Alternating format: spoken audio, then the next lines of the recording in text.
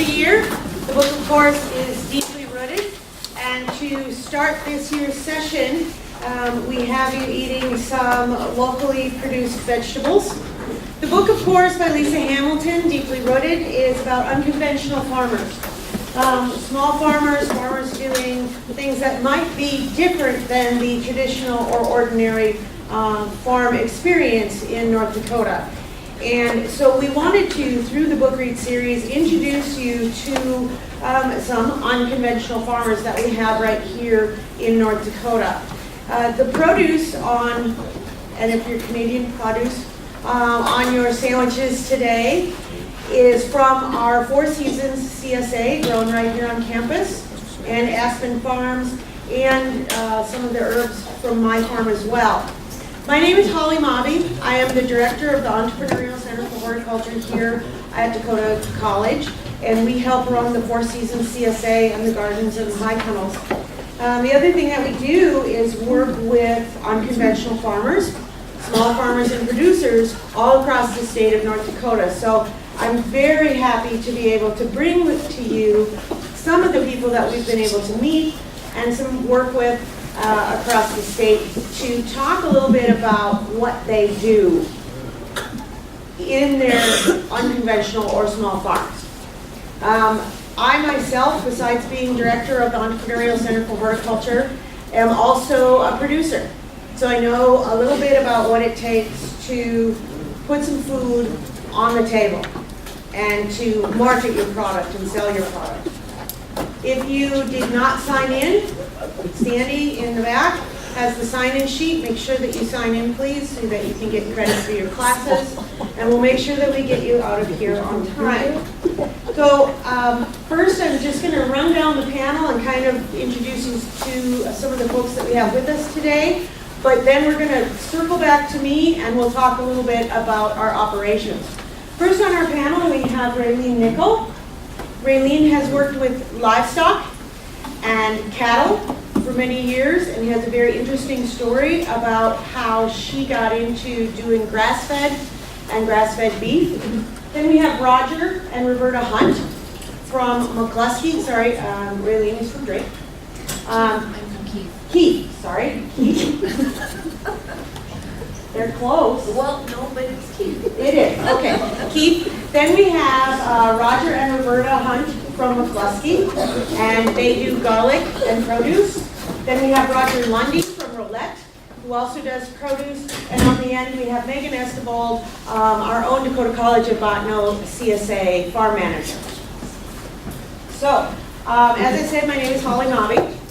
My family and I, in 2012, started Garden Dwellers Farm. We live by Esmond, which is south of Rugby. We grow culinary cooking herbs for sale to restaurants and grocery stores, and we deliver all the way from Minot into Minnesota. So we specialize specifically in that. It's my husband Barry, my son Adam, and myself that run the farm. And trying to think of what else I was going to say that I thought was really important about that. We go through about 10,000 packages that we sell to grocery stores every year, and additionally about 300 pounds. We sell to 14 grocery stores and 10 restaurants across the state and into Minnesota. One of the things that we wanted to get across as you eat our food is what it takes to get our food onto the table. Some of the obstacles and barriers, but also some of the opportunities that you might have to do that. And when I think about the obstacles of being a small farmer or an unconventional farmer, I think about the fact that we have to do our own marketing and we have to do our own delivery. In a conventional farm, a large wheat farm, they grow the wheat, they grow the corn, they grow the soybeans, load it on semis, and you take it to the elevator. And the elevator worries about marketing it for you and selling it for you. In our case, we have to do all that ourselves. Tuesday mornings, my husband has to get on the phone and call all of our customers and gather orders for the day. And then we harvest and we package, right down to putting the label on the package is what we have to do. And from there, we then also have to box it and deliver it. So my husband spends 2 days out of every week on the road just trying to deliver our product. Where in a conventional or a large farm, you wouldn't have that. You get it to the elevator or you get it to the marketer and you get your check and you're done.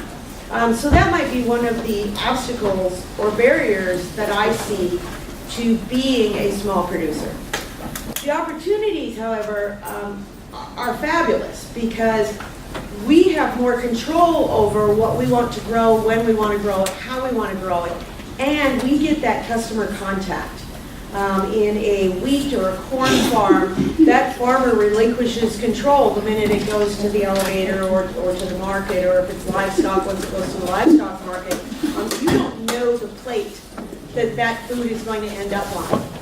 In our case, we do. We have direct contact with our customers. We can talk to them about our product. We can tell them how much we care about it and how we've grown it and how we really have a passion for what we're doing.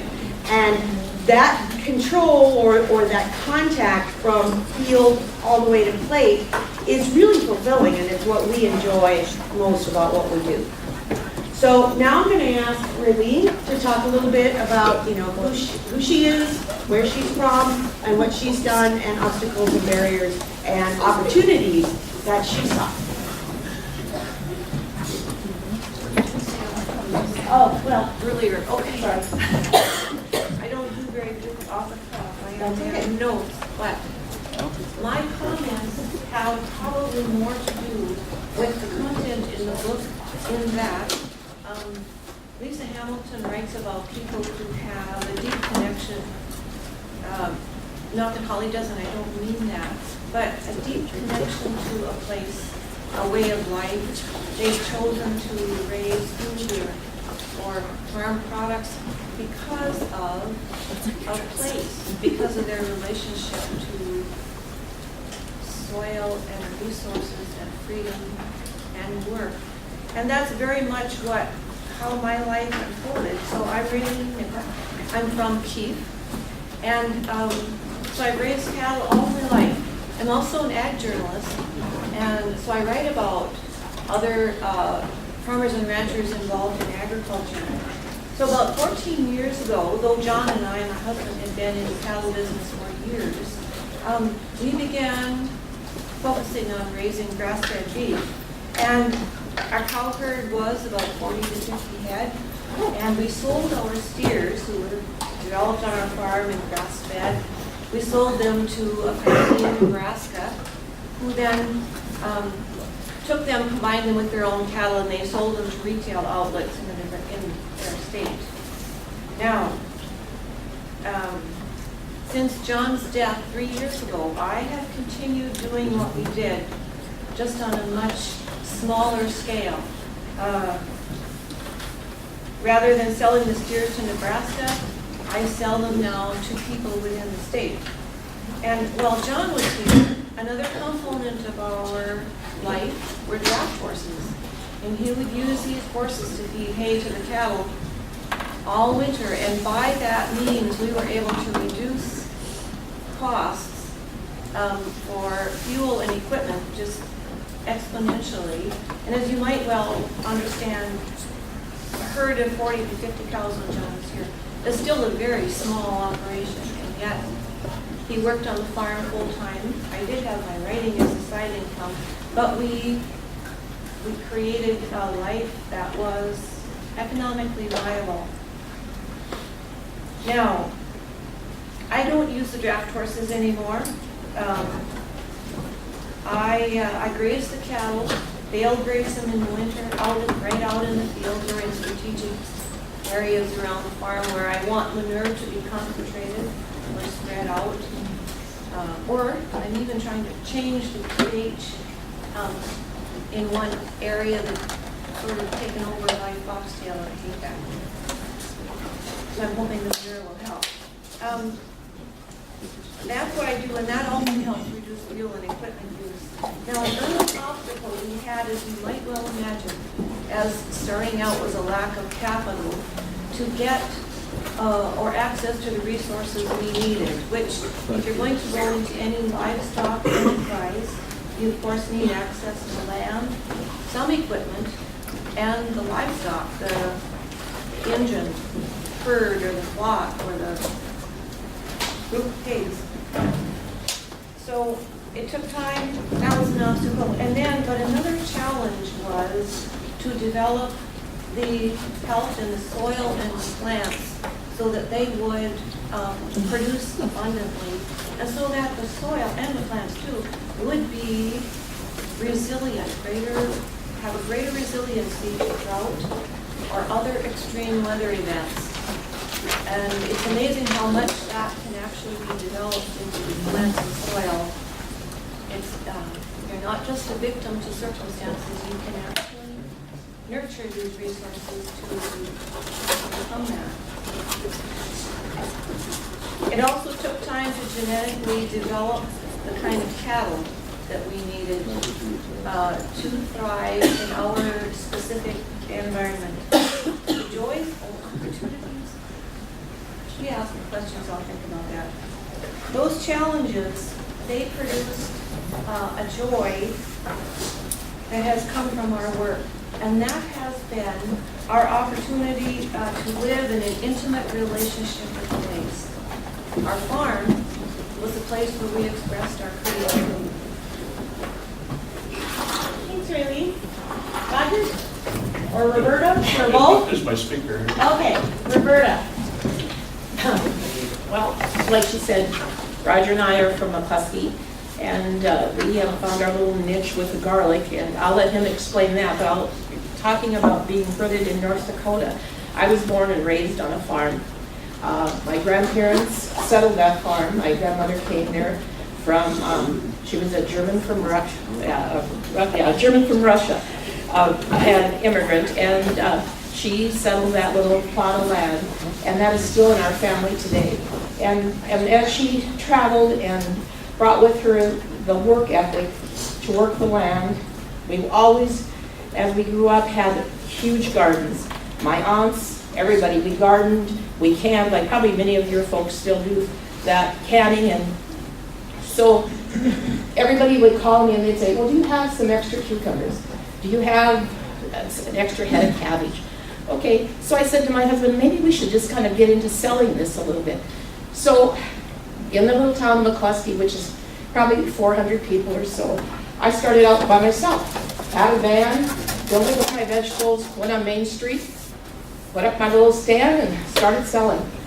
Okay, as that was back in the 90s before farmers markets really became popular. Now, just about every town has a farmers market, which is, which we're really proud of, that ours is growing to maybe 6 or sometimes 10 vendors in our town also, and we go to several markets. But that's how we kind of got started, all by ourselves, sitting on the corner in McCluskey, selling our produce. So then my husband decided that he was always interested in garlic. And so, do you want to explain about how you got into the garlic part of it? Oh, I don't know, it's over the years, in our farmer's market, we'd always plant our garlic in the spring, and we'd start agriculture. I saw other stuff that was nice to eat, garlic. It's got to be a better way. So they had a meeting down in Bismarck on growing garlic. I thought, okay, I'll go down. Then I got down there all fired up. So then I got home, found a guy down in a little town down in the southeast here. He had 100 pounds of garlic for sale, $8 a pound. Okay, I spent $800 first time out. Yeah. Went out, neighbor out there, this was before we had our big garden spots in town. He said, I got a little patch of land. He said, you can put your garlic out there. Okay. Went out, planted 100 pounds of garlic, and if you guys realize how much 100 pounds of garlic is, it's a lot of, anywhere from probably 8,000 to 10,000 heads, or cloves. So I went out there, planted it. Next spring went out there, nothing coming up. What's going on here? Then my farmer neighbor said, oh, forgot to tell you, last year I used chemical on that field. this carryover. Never got a blow. So that was my first introduction to raising garlic. And since then, I've been building my own seed stock, using my own quite a bit. Some I buy on the internet. And like we're talking about your face-to-face customers with the farmers markets, in my case, I sell a lot of it on the internet. And so I don't even see the face, it's on the website, you sell, they send this money, you send the garlic. But there's really opportunities with it, because you look at when I started, you couldn't find garlic on the internet to buy. And if you did, it was sold out. Now, some of the people I've been selling garlic to, they're selling. So that's one of the disadvantages. You're losing markets by selling, which is a strange way to do business. But there are opportunities like grocery stores and meat markets and butcher shops and stuff like that. So there is an opportunity, and you don't need an awful lot of land or even really good land. Garlic will grow pretty much in anything. And if you have an opportunity to do that, it's a nice side income for someone. There's money to be made on it. Selling seed garlic, when I started, you could buy $7 a pound. It's up to $20 a pound now. So it's pretty competitive out there. And if you can find it, you're going to pay for it. That's one of the disadvantages of garlic. And it's pretty labor intensive. If you want to work, this is my garlic planter right here, punched in the ground. When the weed complications, just like any garden, you got to keep it clean. And basically, that's the garlic business in a nutshell. If anybody's interested or have a question, let me know. I'd rather answer a question than explain what I do. But also, before you sit down, we have sold to, 20-some states. 20 different states. And he talked about personal. One day I had a phone call, and one of them was a person from New York. And they were trying to get into the garlic business because they wanted to sell to high-end restaurants. But one thing they didn't like about at the high-end restaurants was the garlic that they were buying, is, if you know the bulb and it's got its little cloves, were those little tiny cloves. And they hated peeling all of that. And if you ever watch any cooking channel, everything they make is that garlic in it, everything. And so they wanted to get into, this farmer out there wanted to find a place where they could have a big head of garlic that had large cloves, because that's what the chefs in New York wanted. And so they called us, and I thought that was kind of interesting to visit with this guy. And he had maybe, a 20-acre, he said, right near New York, farmers, that he does a farmer's market. And I said, well, how does that work, when people live, it's so packed in there? Do you lose a lot of your produce? And he said, sometimes people will come and take things, and from his farm. But he said, basically people are pretty honest, and they leave his stuff alone. So I thought that was kind of interesting, talking with somebody that does marketing in another state. But that's been kind of an interesting part of it too, is where this garlic all spreads out to. So, okay, anything else? No. Okay, good. Thanks, guys. Next we have Roger Lundy from Roulette. I'll try and talk quick so you guys can get out of here. We started Legside Garden about 5 years ago. I bought a farm, broke up 3 acres. We got about 3 acres of garden on the farm. We've got 3 high tunnels and our own greenhouse. We started the greenhouse last year in an attempt to save a lot of money on doing all our own starts. And it did help, but it makes the season a lot longer. Pretty much raise everything from asparagus to zucchini, starting with asparagus and strawberries in May with the high tunnels. It lets us beat everybody else on the strawberries, and asparagus and strawberries. Everything for next year is sold already that we can produce. Same thing in the fall. This fall, all our winter squash are sold before we ever start to pick.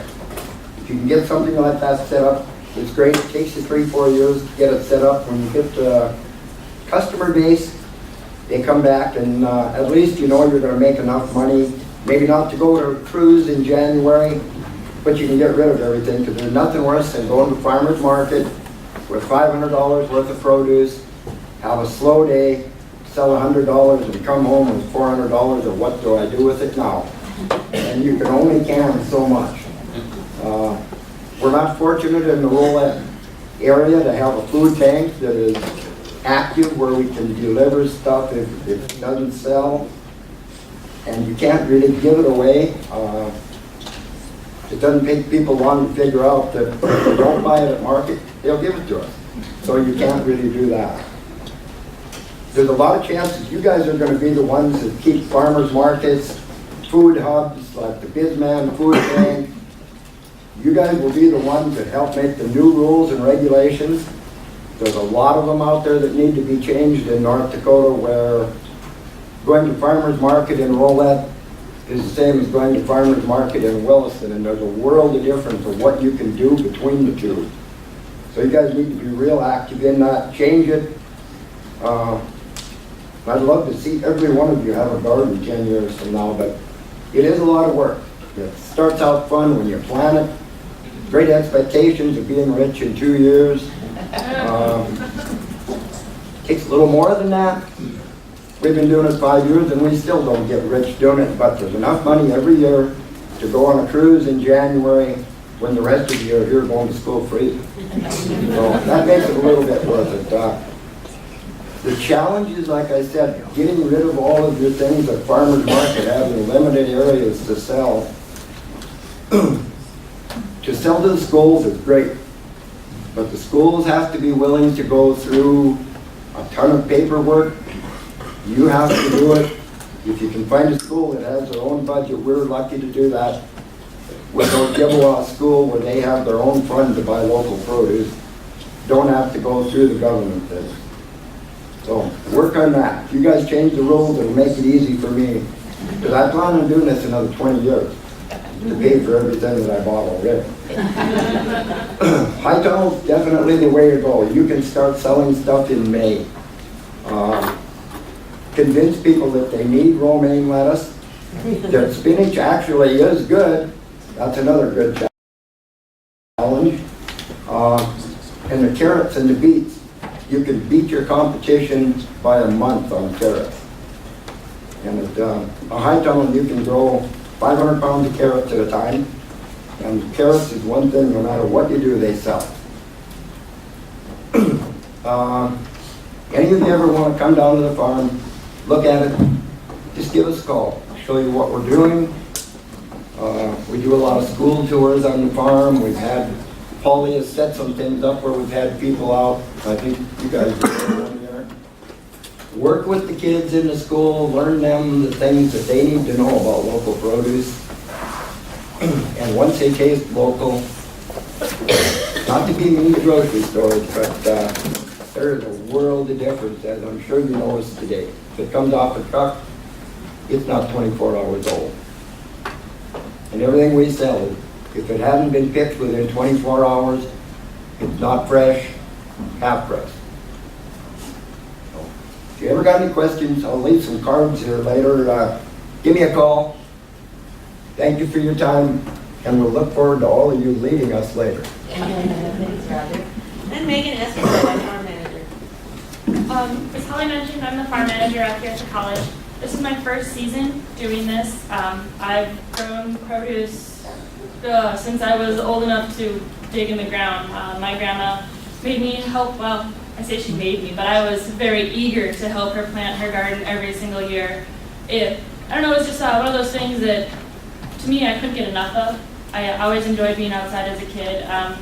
The best part about the garden was picking peas. I know, right? Everybody hates picking peas. Oh, everybody hates picking it. But I liked it because you got to pick ones, though the pods weren't quite mature yet, and eat those. You got to probably shell about half of them and eat them.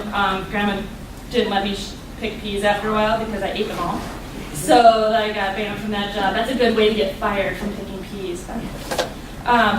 But since this is my first year, I've had some trouble out on my farm. I've planted in areas that flooded because we had a lot of rain this spring. I've overestimated some things, underestimated other things. So it was a really big learning curve this year. I'm sure I've probably made a few mistakes that all of you have made, but don't let it discourage you.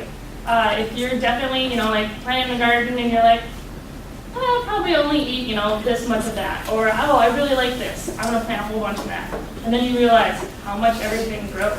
And you pack stuff in a little bit tighter than you should. Or you're like, hey, everyone likes onions, right? Well, I probably have like 2 high tunnels out there with onions in them. Everyone's sick of onions already. So just stuff like that, but it's fun. Don't let it discourage you. It's great. It's a great learning experience. And you'll know better for next time. But with that also, in regards to selling stuff, I am fortunate that I have a CSA and I have people that support the CSA here on campus quite well. So a CSA stands for Community Sustainable Agriculture or Community Supported Agriculture. People like to say it different ways. So I have a pretty good backing within the community to help support my gardens. And I'm also fortunate that everybody knows that it's my first year. So I have one lady that's like, hey, Swiss chard. Everyone was sick of Swiss chard by the second or third week that we had it. I gave recipes. I did whatever I could to try and get people to eat more Swiss chard. And I had one gal that was like, I'll take 2 pounds of Swiss chard this week. And everybody was like, pass on the Swiss chard. But it was a really good year for Swiss chard. I have beautiful Swiss chard out in the gardens now. So just thinking of ways to help the stuff that you do get that does produce really well that year, thinking of ways to get them to use it. Give them recipes. Tell them, oh look, Swiss chard and whatever other produce like summer squash. Pair them together and give them dishes that they can make because they're more apt to use it then. And just showing people too the difference between, like mentioned earlier, the fresh produce that you just picked and was just harvested, and you can take a customer out to the garden or the high tunnel and be like, that's where that tomato came from, right there, that plant. Versus the tomato that you get at Walmart that looks red and that's about it. It looks like a tomato, barely. I have the best farm help. I have a 3-year-old, and he thinks that the farm is awesome, but he's not allowed to harvest tomatoes for the same reason I'm not allowed to harvest peas. That's one of his favorite things. He really enjoys the farm, really enjoys seeing stuff that he's grown and produced. He planted lettuce like crazy this spring with me, and he's been enjoying harvesting tomatoes all fall with me. I think it's great for him that he's out there and seeing all this, and to him this is normal. This is where produce, this is where everything comes from. It doesn't come from the grocery store. He doesn't think that, when we're at the grocery store getting produce, he's like, well, the farm has this. It's like, oh, not right now, buddy. We ate it all, we harvested it all, it's all gone. So that's, I think that's pretty big. But just being able to produce your own food and seeing where it comes from and knowing that you grew that from a seed, or you grew that from, even if you go and buy starter plants and plant them, I think it's fantastic just having that ability and having that, just watching stuff grow. I think it's fun. Holly, excuse me, but we're talking about CSAs, and I don't know, do you understand what she means by that compared to a farmer's market? What we do is two basically different, completely different thing. But at our local farmer's market, we just bring in whatever we produce and we sell it there. A CSA, people pay their customers that come every week to her. So I have So my CSA, how it operates is before my season even starts, I go to my people that were part of my CSA last year. I try and find new people, and I go, hey, CSA. And they're like, oh, CSA. And I'm like, yeah, you pay me now up front for whatever produce. We have a 2-person share and a family share that we do. So 2-person share is about 5 pounds of produce a week, and a family share is about 10 pounds of produce a week. And you get to pick which will best fit you and your family. And then you pay me up front. I am now able to run and operate the farm because I have this money now. I can order seeds. I can buy maybe some extra equipment if I needed. Then I grow and produce all the produce all season long. once everything starts to be ready for harvest, I call you up, I say, hey, the CSA is starting, we're gonna meet every day every week at this day at this time. And then you stop by, you pick up your produce, and then you get the benefits of the farm without having to do any of the work. But I also get your support by supporting the farm and being able to run my farm and operate it for the season. See, in mine, I just come and, put out my produce, and whoever happens to come to the farmer's market that day and just buys it, like you'd go to a grocery store and you'd buy a bunch of carrots or a bunch of beets. And that's the difference. I just wanted to make sure that you could understand that, because she was talking about CSA, and I didn't know if you guys were familiar with that. We've got several different, because Roger, you guys sell Roger Lundy, you sell some of your things are like pre-sold. I mean, you sell a lot of it is pre-sold. And on the CSA thing, there's a producer in Minnesota, Bluebird Farms, that started out with 100 CSAs that he was doing. He's up to 1,300 CSAs at $40 a basket a week. That's $52,000 a week. So there is big potential there. But he's worked very hard at it. He's spent millions of dollars to get the land that he needed to do that. But $52,000 a week, well, you got to really look to find a job that'll pay that much out there. And he's a super nice guy, excellent salesman though for the whole produce industry. He could speak nationally, which he does, and address everything very well. So there is potential for you guys if you want to do it. It's not easy. And then there's folks like Roger that, have some pre-sales and do some farmers markets. And then there's folks like my family and myself that sell to grocery stores. So we call them the grocery stores. We know our customers, but the sales change each week. And then there's folks like Raylene who, growing a cow takes a lot longer than growing radish. But once it's there, then you can sell direct or you can sell to market. Correct? Yes. We do have a question. What does CSA stand for? Community supported agriculture or community sustainable agriculture? Wait, say it again. Community supported. Thanks. Community supported agriculture, meaning that you have a community of people that are supporting your farm.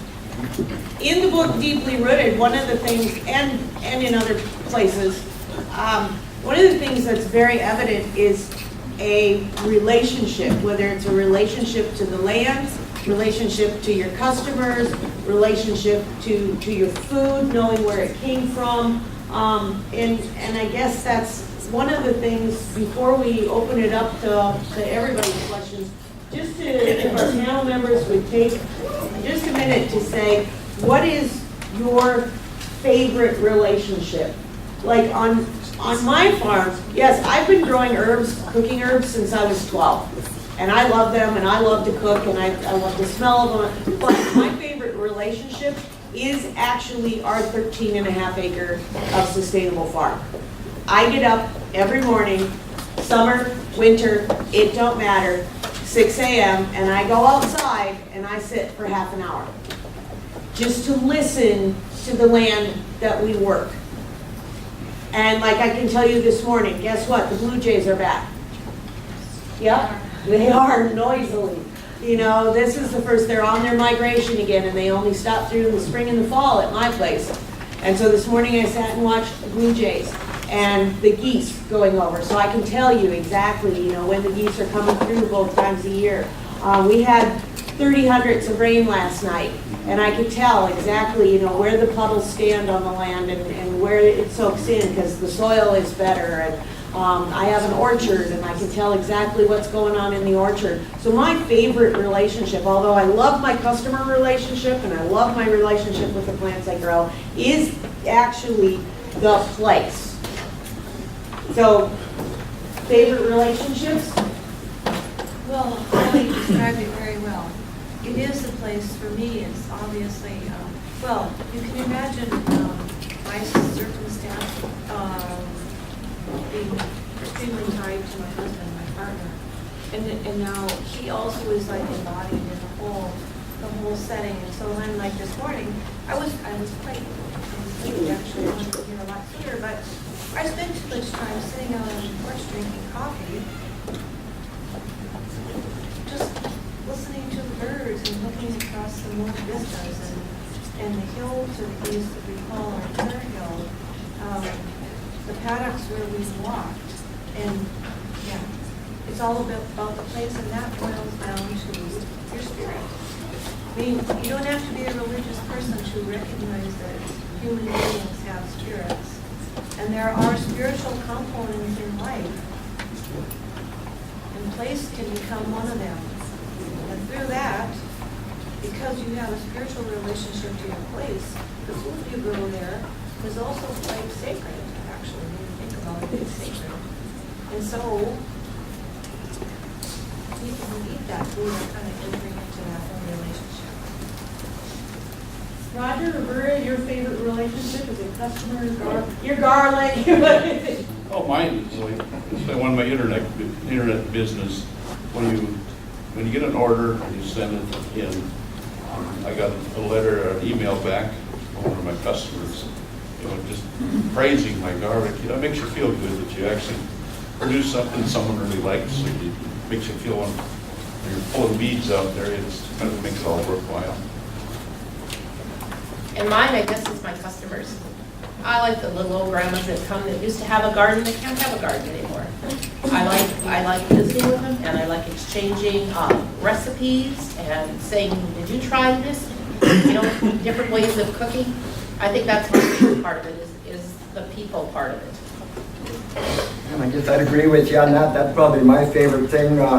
Toward the end of the season, they come up and thank you for taking the time and the effort to grow the stuff for them. They still complain about the price, but they do thank you for growing it, and they realize how much work it is. It makes you feel a little bit appreciated, and they give you a lot of ideas for the next year. Get somebody comes up and says, why don't you have okra? So you grow it the next year, and everybody buys it just because you didn't have it. So listen to your customers. They're the ones that are going to keep you going. And smile a lot at them. Roger's one of the smiliest people I know. Actually, both Rogers. Megan? I love every part of it. There's some mornings where I wake up and I'm just like, the farm, and I just get like, thinking about all the stuff that I have to do and all the stuff that needs to be done, and how all my hired help left and went to school, so now they're maybe working just an hour here and there. I think about, like all the stress of the farm, and then I get there and I start pulling out weeds, and I'm just like, okay, I've pulled like 5 weeds and I'm really happy now. And then I love pulling the weeds, I love planting everything, I love seeing, this was just a seed. I know, right? Yeah. You have a job. Yeah, you haven't seen my gardens yet. I need to get back out there. I love seeing, I planted the seed and just in a couple weeks, look at it, it's already a plant. I love the customers that come and they're so happy that you have produce and what produce you have. I love having my kid out there and having him plant lettuce with me and steal all the cherry tomatoes. I just love all of it.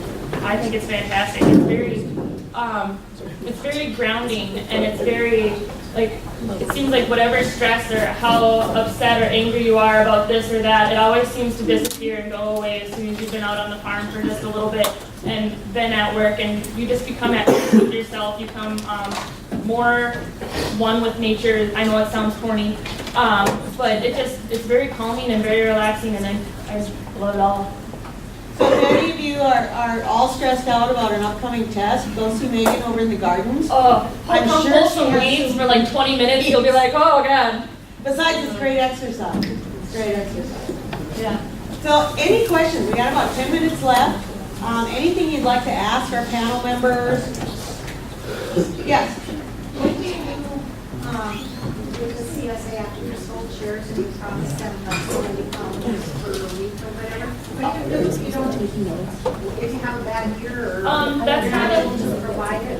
that's kind of the gamble of the CSA. You're putting your faith in the farmer being able to produce, X amount or produce everything that you want, hope, and desire. And everybody kind of understands that it's kind of weather permitting, and Mother Nature really has the final say in what actually gets produced and what doesn't. I know Holly said that there was one year that it was really bad, like everything it just didn't go well. We flooded out there like crazy. Yeah, so, ended up refunding money to a certain extent, but for the most part, everyone's very understanding with, hey, Mother Nature is, she does what she wants. She's tore apart high tunnels, she's flooded out my corn and all my winter squash this year, and everyone's pretty good for the most part. Like some people will be like, no corn, no winter squash. I'm like, it flooded. I couldn't get it to quit raining this spring. That's the premise of a CSA or community supported agriculture. That's why when you invest in a CSA, it's called a share. Because it's just like investing in the stock market. When you buy shares in the stock market, what can happen to those shares? They could drop in value, right? They could also raise in value. When you buy a share in a CSA, yeah, we could get flooded out. Or the big white combine hail could come early or, middle of the summer and wipe us out. Your share is you're saying, I believe in small farming. I believe in the importance of having agricultural land in our state or in our region. And so I'm willing to pay for this, even though I know I'm taking a chance, I'm taking a risk, and I could lose my money. Now, the year that we flooded out, what did we do? We supplemented. We had some things left, we had some vegetables left, and we supplemented with some locally baked breads. We had some producers we were working with that did breads and jellies and jams, and so we made it a nice basket or a nice bunch of food every week by working with other producers in the area to fulfill the things that we couldn't fulfill. Any other questions? Yes. I have a question for Mr. Lundy. You say everything you're going to produce next year is already sold. How do you determine how much that is? I mean, as far as pounds? They're pretty flexible. A lot of our winter squash market that we do is people that are going to go to Arizona, and if we wind up with 100 buttercups that are there, they normally take a dozen with them down there. And we work real close with our neighbor just a mile away. She does farmers market also. If she doesn't have enough, I get to her. If I don't have enough, she gets to me. And we both farm the same way. Everything is natural, no spray, no commercial fertilizer, any of that. So we know the things are the same. And if you got somebody like that you can work with, it's fantastic. Like the year you said the college had the bad thing, you guys were bringing a van down. We sold this stuff for a third of what we would normally sell it for, just so they could do the CSA. Things in the spring, the asparagus and that, I usually have enough that I don't have to worry. But winter squash would be a problem. You have a list of names? Yeah, we've got a list of names. The strawberries, we got a list of 5 people, and they take all that I got. And if in the high tunnels we don't get a bunch, we probably get 3 pounds every other day. And they produce till the end of July, and then the Evies, which are a double bearing, kick in again, and we're still getting strawberries in the high tunnel now. So the asparagus is something that you could sell a bunch of. You should charge $4 a pound, but people don't buy them at $4 a pound. So. But it is nice to have everything sold in the spring and know that your winter squash are gone. Pumpkins, I try to give a lot of those to the school. Kindergarten, first grade, second grade, give them their pumpkins. So this list, or these people that buy all this stuff, does that determine in your mind when you're planting how much stuff is, how many of these are going to How many of those we're going to need? You can kind of figure on buttercup, you're going to get 4 to 5 marketable buttercups per plant. So, and the same thing with butternuts. You're going to get 2 that are good and breed that stay breed. Spaghetti squash, I'm still not sure. This is just the second year I grew them, and I haven't figured those out yet. I think we're all, whether we're doing livestock or we're doing herbs or we're doing produce, that's one thing that you have to, with small farms in particular, is be willing and able to learn something new every year. There's always something. You have those records. All of us keep records of what we've done in the past, how many we used, when we did what to our livestock or to our produce. But every year, Mother Nature throws you a new curve, or there's a new variety, or there's something that is new, and it's a lot of record keeping. Other questions?